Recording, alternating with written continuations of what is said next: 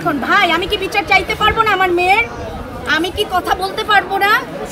আমি যদি কথা না বলিস, তারা সেখানেও রাতে কি লিখেছে জানেন? এই যে আমাদের কাছে সবগুলো প্রমাণ আছে, সবগুলো প্রমাণ আছে। প্রকৃত শোকের কান্না এত গুছিয়ে হয় না, অযৌক্তিক কথায় এত ইমোশন আসে কিভাবে? এতদিনে বুঝলাম এই ইমোশন ধরে রাখার পিছনে রয়েছে টাকা, টাকা আর টাকা, কোটি কোটি টাকা। হায়রে মানুষ! এখন আমার প্রশ্ন সবার কাছে, ওই টিচারকে নিয়ে আসেন, আমি তারে কোটি টাকা না তার চাইতেও বেশি টাকা দিব, বিনিময়ে আমার মেয়ের কাছে টাকা ফিরিয়ে দিতে হবে। সবাই মিলে দিব, সবাই দিব। কত লাগবে? আমি কিছু চাই না, আমি সবার বিচার চাই। ওই টিচারের নাম কি? রাশেদ খান। রাশেদ খান এমনকি আরো এরকম অনেক এভিডেন্স আছে আমাদের কাছে। পরের দিন সকালে সে কি করেছে, সবগুলো ডিলিট করে দিয়েছে। কেন? তাদের এত কিসের ভয়? আমরা তো ভয় পাই না, আমরা তো ওপেনলি কথা বলি আপনাদের সাথে। আজকে আপনাদেরকে ঢুকতে দেয় না, আমরা আপনাদের নিয়ে ঢুকেছি। তারপরে কি হয়েছে আপনারা নিজেরাই তো দেখলেন যে তারা কি করতে পারে। আমরা বিচার চাই, আমরা সুষ্ঠু তদন্তের মাধ্যমে আমরা বিচার চাই।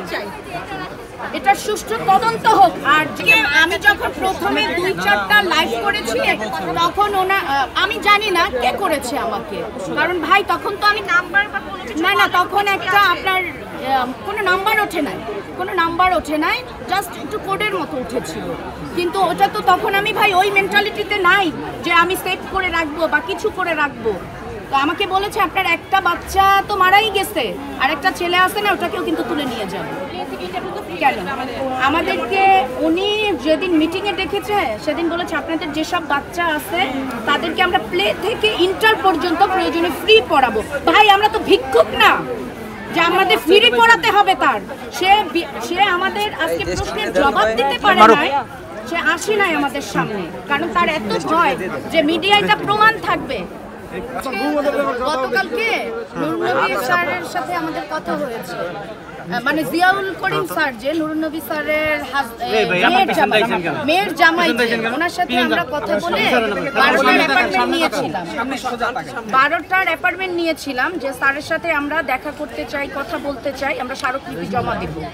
হ্যাঁ, তো আমরা যে স্যারের সাথে কথা বলতে চাই, স্যার আমাদেরকে 12টায় টাইম দিয়েছে। আবার সেটা প্রথমে বলে নাই, বলছে যে জিয়াউল করিম স্যার বলছে যে আমি তো সব কিছু ডিসিশন দিতে পারি না, নুরুন্নবী স্যারের কথা বলেছেন যে উনি ডিসিশন দেবে, আপনাদেরকে জানাবো। আমরা আবার যখন ফোন দিয়েছি উনি বলেছে ঠিক আছে আপনাদের সাথে স্যার দেখা করতে চায়।